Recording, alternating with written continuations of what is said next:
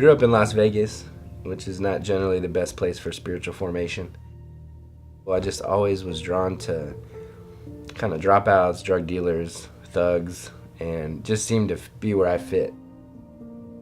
And so I went to college, kind of continued in that, did really well in school, was probably getting drunk 3 or 4 nights a week, barely going to class, but because of the brain God gave me, I just was still able to do well in school.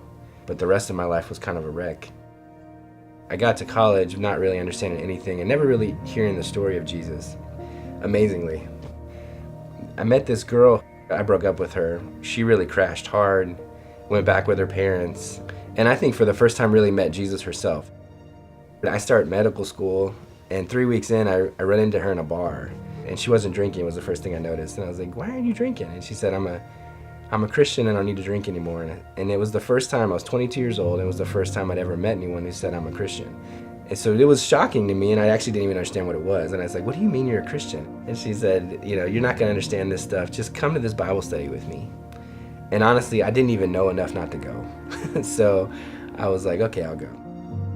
I went to the Bible study, I sat down, and I don't remember what we talked about. I just remember for the first time it was like I heard truth.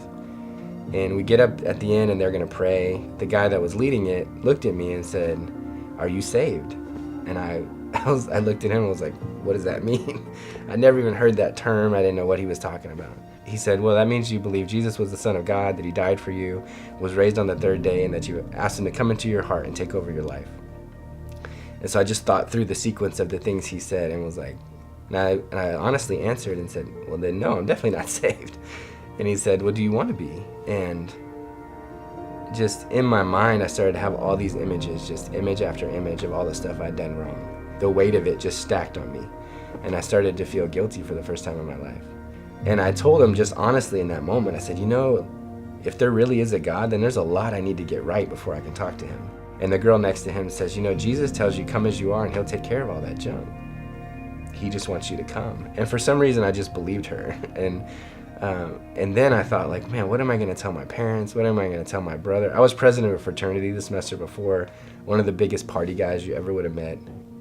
I didn't even know what was gonna happen. I didn't even actually know what was supposed to happen, but my heart was just like coming out of my chest. And I felt like I was at home for the first time. And so I told him, man, my mind is giving me a million reasons to say no right now, but my heart is just telling me that this is right. What I remember on the inside is I remember specifically calling out to Jesus. I remember his name and saying it and saying, Jesus, I'm sick of being in charge of my life. And I don't care what you do with me or where you take me. If you'll just come and save me, I surrender. It was that simple. I gave up my doubt and my fear and just genuinely believed and like genuinely reached out for him. And he met me. Sat down next to my friend at medical school and I was like, you won't believe who I met last night. He's like, who? I was like, Jesus. He's like, what are you talking about? And I was like, look, I didn't know any Bible. I didn't know like anything about church history. I honestly thought I was getting in on something new. And I was like, look, I don't know what the deal is. There's this guy, Jesus, he's alive. He changed me. He forgave me. I'm free.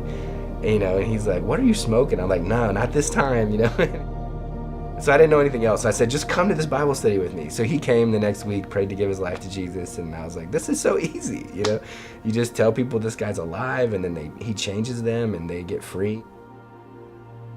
I was born again. So my life began again at that place. And the old me died. In God, I met my match, finally. Man, it's been 17 years now, and I honestly couldn't even imagine my life without God now. I don't even know if I would have made it this long. I am married now, which is one of the hugest miracles for me. And then I have kids. I have 3 boys that are amazing.